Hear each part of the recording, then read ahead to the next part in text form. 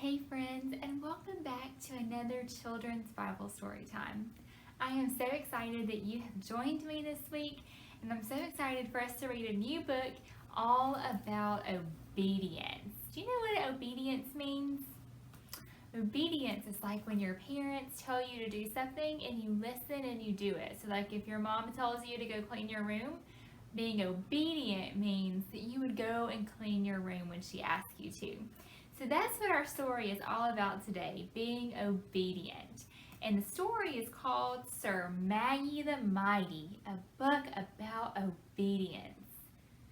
And it was written by Michael P. Waite and it was illustrated by Jill Truesdale. So let's read it together.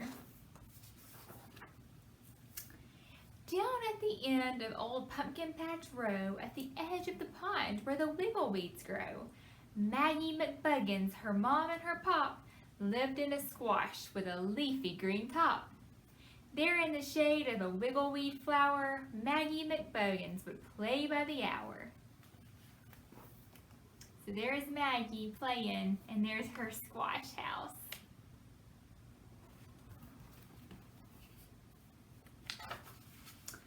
Sometimes she went on a voyage at sea, the toughest and bravest of pirates was she. Maggie was also an Indian scout, dressed up in feathers and sneaking about. And other times she was Sir Maggie the Mighty, a gallant young knight and a brave one, alrighty. Sir Maggie would always accompany Mom down to the market upon her horse Tom.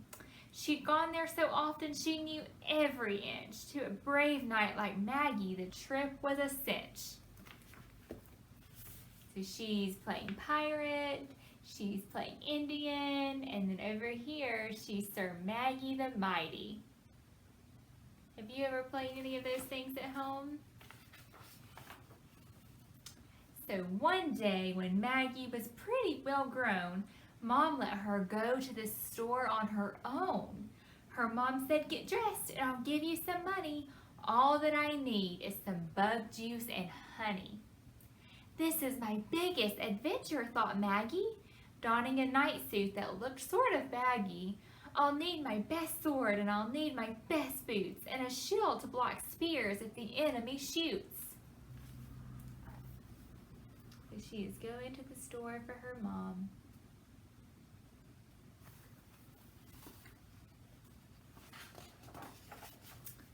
But when Maggie's mom got a look at her knight, she wasn't the slightest bit pleased with the sight. "Maggie, you can't wear your good dress," she said.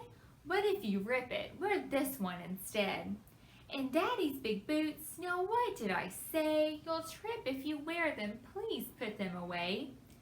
Maggie went back to her room storming mad. She doubted if other knights had it this bad.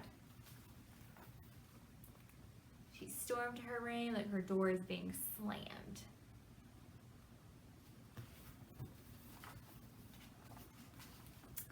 And as she was putting on less knightish clothes and pulling the boots from her wee little toes, she suddenly thought of a scandalous scheme, a devious scheme that would work like a dream.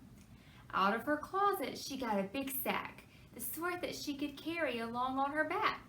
She snatched the big boots and she stuffed them inside along with the dress. What a great place to hide. So she's changed clothes and she's putting it all in a bag. Is that a good idea? Maggie pretended that nothing was wrong as Mom gave her money and sent her along. "Just bug juice and honey," she heard her mom say. "Go straight to the market, please don't stop to play." But Maggie no sooner had turned down the road than into the bushes she sprang like a toad. She put on the things that she'd hid in her sack, stuck the rest in the bushes and shouted, "Attack!" So she jumped in the bushes and put on the clothes that her mom said not to wear. Sir Maggie the Mighty was off on her way, feeling quite naddish and gallant and gay. A short ways ahead, by the side of the street, a candy store stood full of good things to eat. Wouldn't a gumball be great, Maggie thought. But when she went in, can you guess what she bought? So she's made it to town, and that candy store has caught her eye.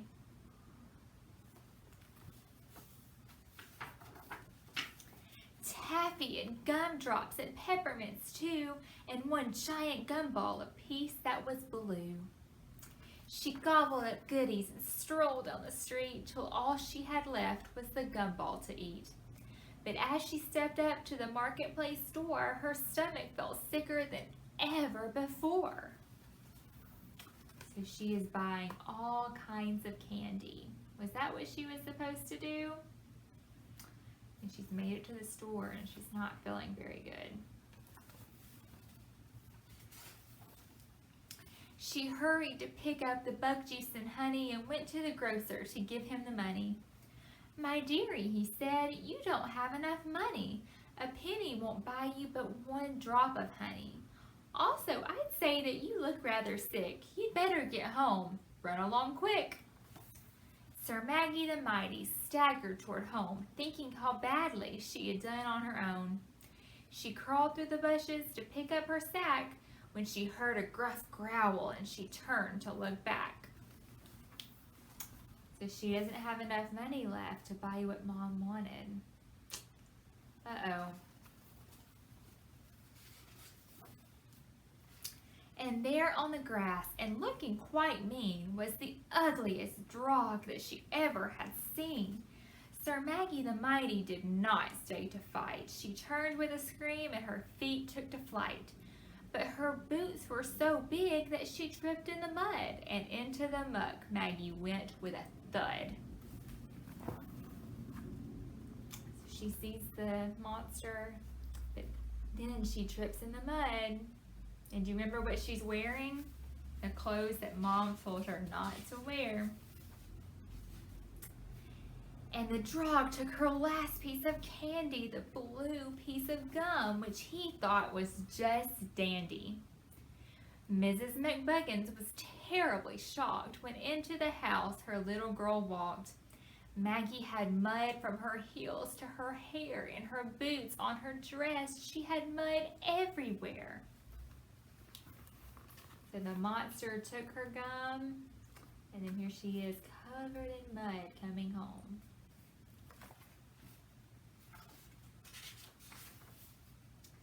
"I'm sorry," cried Maggie the mud-covered knight. "The warnings you gave me turned out to be right. I didn't obey you, I wore my good dress, and now I'm a terrible, horrible mess.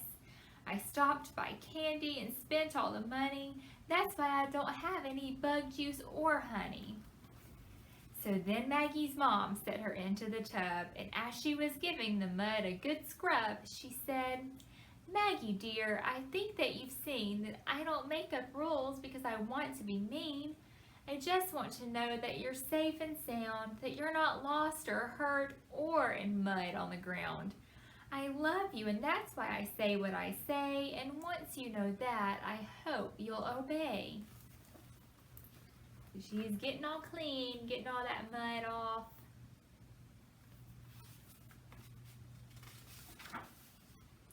When Maggie was cleaned up and cheery once more, she got some more money and went to the store. She picked up the groceries and headed straight home, proving that she could do fine on her own. So back out she goes, and she went straight to the store and got what she needed. The only thing extra she bought on the way was one little gumball, which she gave away. So she bought a gumball and she's given it to the little monster. And the Bible verse that this book wants you to remember is from Colossians chapter 3, verse 20. "Children, obey your parents in everything, for this pleases the Lord." Wasn't that a cute story about Sir Maggie the Mighty? And it's important for us to remember this week and always that we are supposed to obey our parents, right? And isn't that hard sometimes? But our parents love us, and that's why they set rules for us and they ask us to do things. And God wants us to listen to our parents and do what they say. Thank you so much for joining me this week for Children's Bible Story Time. I hope that you've enjoyed it, and I can't wait to be back with you next week for another story. Bye, friends.